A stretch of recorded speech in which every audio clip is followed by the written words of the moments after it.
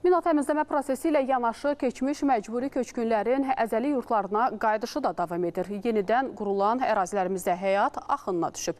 Günü-gündən qayıdış kərvanlarının ünvanları da çoxalır. Bugün daha 50 ailə öz yurduna, Ağdamın yenidən qurulan Kəngərli kəndinə qayıdıb. Allaha şükürlər olsun, vətənə qayıdırıq. Qarabağa qayıdırıq, Pirəsəni Kəngərlisinərik, Pirəsəni Kəngərliyə qayıdırıq. Böyük qayıdış proqramının icrası uğurla davam edir. Bugün Ağdama daha bir köç kərvanı yola salınıb. Yenidən qurulan Kəngərliyə Respublikanın müxtəlif ərazilərindəki yataqxana, sanatoriya və inzibati binalarda müvəqqəti məskunlaşan 207 sakin köçürülüb. Allah bütün şəhidlərimizə rəhmət eləsin, qazilərimizə can sağlığı versin. Onların sayəsində biz qayıdırıq Qarabağa. 93-cü ildə qaçqın düşmüşdük, indi qayıdırıq öz elimizə, obamıza.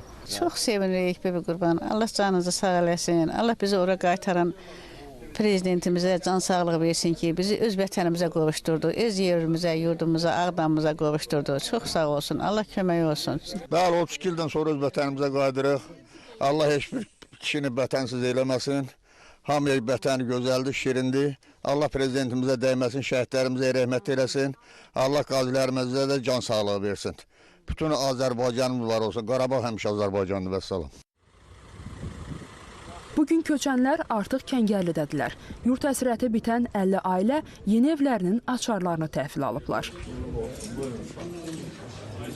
Hazırda azad ərazilərdə, orada müxtəlif sahələrdə işləyənlərlə birlikdə 40 mindən çox insan yaşayır. Rəşidə Zülfüqarova, Sadiq Məmmədov, Şahnun Qasımova, ASTV Xəbər.